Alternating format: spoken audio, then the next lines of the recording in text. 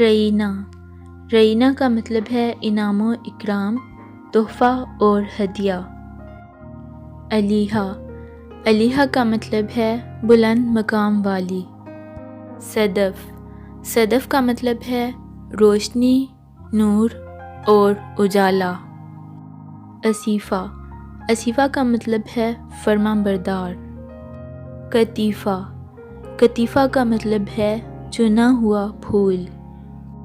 عجیہ، عجیہ کا مطلب ہے بہت عمدہ اور بہت اعلیٰ۔ اصبع، اصبع کا مطلب ہے روشنی اور نور۔ ذروہ، ذروہ کا مطلب ہے شاندار اور بلند مرتبے والی۔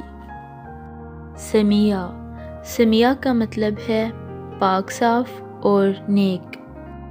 ماورہ، ماورہ کا مطلب ہے حسین، شاندار اور پرکشش۔